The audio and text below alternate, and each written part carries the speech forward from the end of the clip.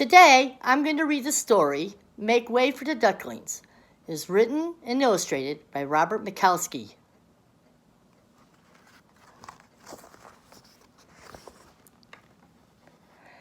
Mr. and Mrs. Mallard were looking for a place to live.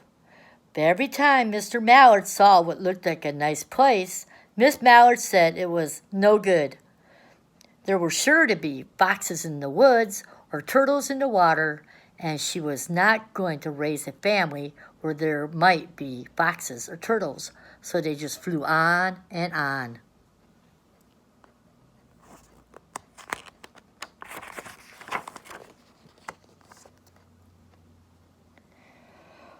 When they got to Boston, they felt too tired to fly any further. There was a nice pond in the public garden with a little island on it, the very place to spend the night, quacked Miss Mallard, so down they flapped.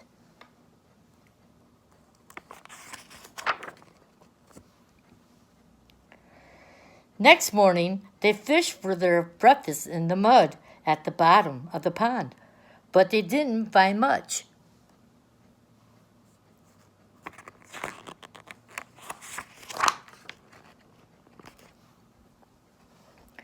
Just as they were getting ready to start on their way, a strange, enormous bird came by. It was pushing a boat full of people, and there was a man sitting on his back. "Good morning," quacked Mr. Mallard, being polite. The big bird was too proud to answer, but the people on the boat threw peanuts into the water, so the Mallards followed them all around the pond and got another breakfast, better than the first.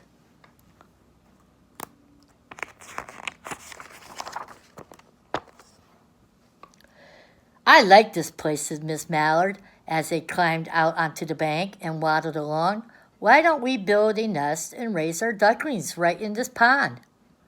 There are no foxes and no turtles, and the people feed us peanuts. What could be better?" "Good," said Mr. Mallard, delighted that at last Miss Mallard had found a place that was suited her. But "Look out!" squawked Miss Mallard, all dither. "You'll get run over!" And when she got her breath, she added, "This is no place for babies with all those horrid things rushing about. We'll have to look somewhere else."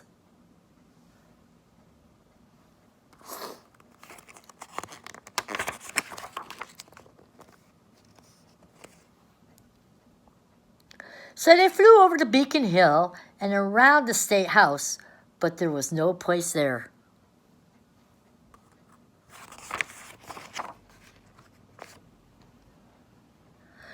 They looked in Louisburg Square, but there was no water to swim in.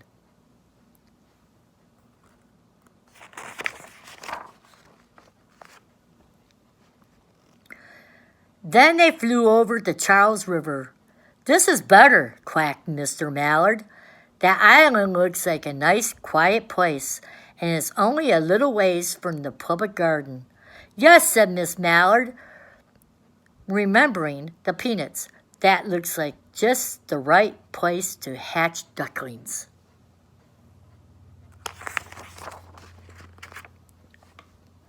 So they chose a cozy spot among the bushes near the water and settled down to build their nest, and only just in time, for now they were beginning to molt. All their old wing feathers started to drop out, and they would not be able to fly again until the new ones grew in.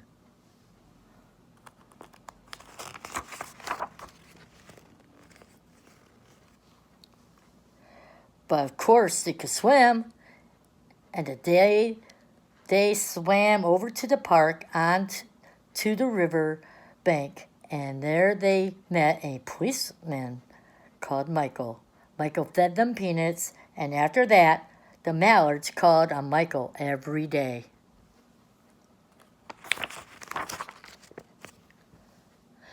After Miss Mallard had laid 8 eggs in the nest, she couldn't go to visit Michael anymore because she had to sit on her eggs to keep them warm. She moved off the nest only to get a drink of water or to have her lunch or to count the eggs, and to make sure they were all there.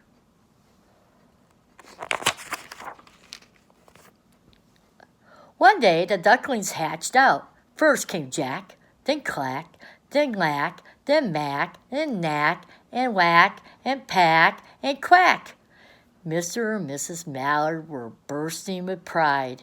It was a great responsibility taking care of so many ducklings, and it kept them very busy.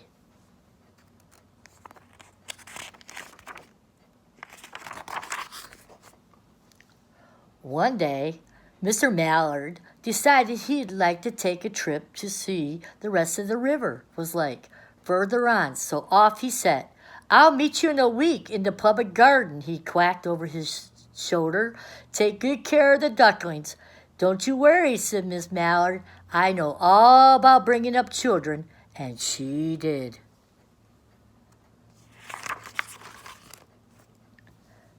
She taught them how to swim and dive.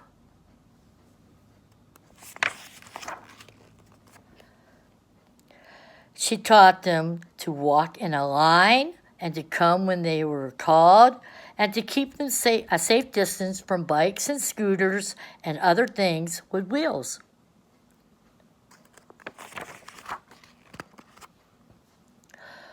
When at last she felt perfectly satisfied with them, she said one morning, "Come along, children, follow me." Before you could wink an eye flash, Jack, Cack, Lack, Mack, Knack, Whack, Pack, and Quack all fell into line just as they had been taught. Miss Mallard led the way into the water, and they swam behind her to the opposite bank.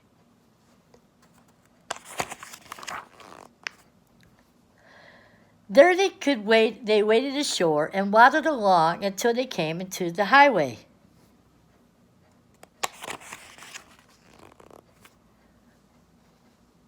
Miss Mallard stepped out to cross the road. "Honk, honk!" went the horns on the speeding cars. "Quack!" went Miss Mallard as she tumbled back again. "Quack, quack, quack, quack!" went Jack, Cack, Lack, Mack, Knack, Whack, Pack, and Quack. Just as loud as their little quackers could quack, the cars kept speeding by and honking, and Miss Mallard and the ducklings kept right on quack, quack, quacking.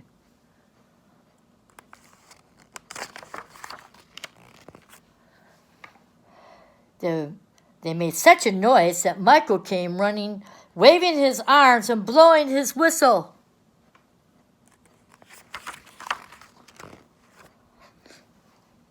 He planted himself in the center of the road and raised one hand to stop the traffic and then beckoned with the other, the way policemen do, for Miss Mallard to cross over.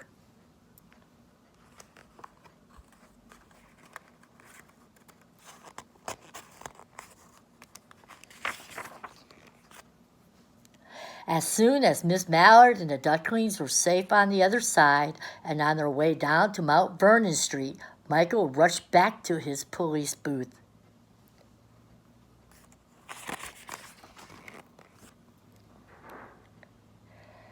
He called Clancy at headquarters and said, "There's a family of ducks walking down the street." Clancy said, "A family of what?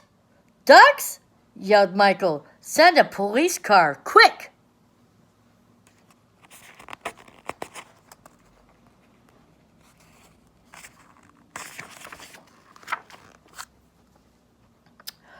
Meanwhile, Miss Mallard had reached the corner bookshop and turned into Charles Street with Jack, Cack, Lack, Mack, Knack, Whack, Pack, and Quack all marching in a line behind her.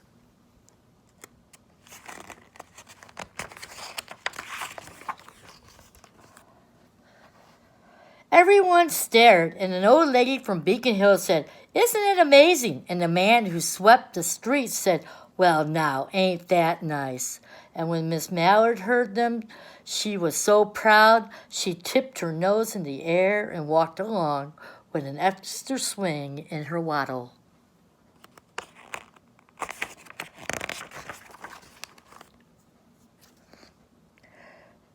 When they came to the corner of Beacon Street, There was the police car with 4 policemen that Clancy had sent from headquarters. The police held back the traffic so Miss Mallard and the Ducklings could march across the street.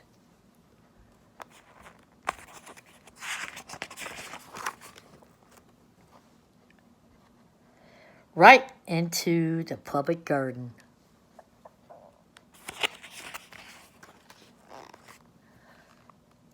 Inside the gate, they were all turned around to say thank you to the policeman. The policeman smiled and waved goodbye.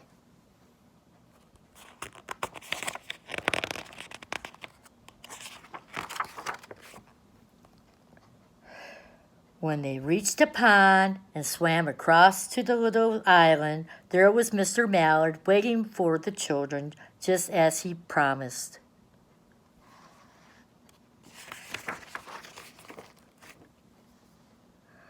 The Ducklings liked the new island so much that they decided to live there. All day long they followed the swan boats and ate peanuts.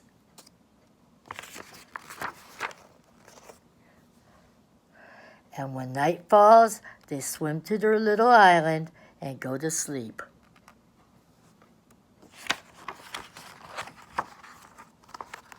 Make Way for the Ducklings by Robert Mikowski.